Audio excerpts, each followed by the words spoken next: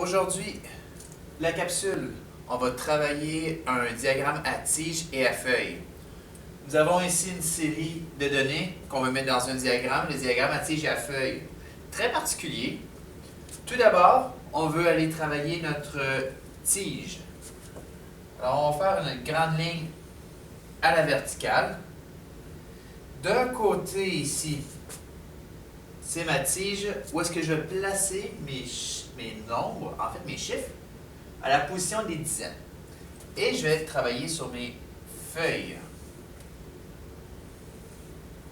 Ligne à l'horizontale. Comme ça. J'ai le nombre 9, qui n'a aucune dizaine, et je m'en vais jusqu'à un nombre ici, 51, qui a le 5 à la position de dizaine. Alors ici, mon premier nombre que je dois placer, il n'y a aucune dizaine.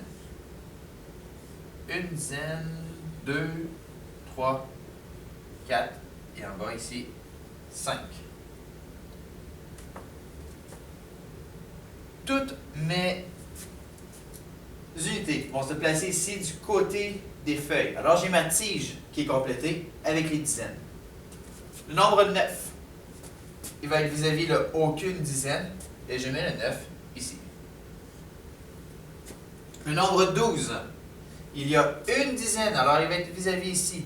Et de ce côté-là, je marque seulement les unités. Alors ici, mon 12, je marque comme ça.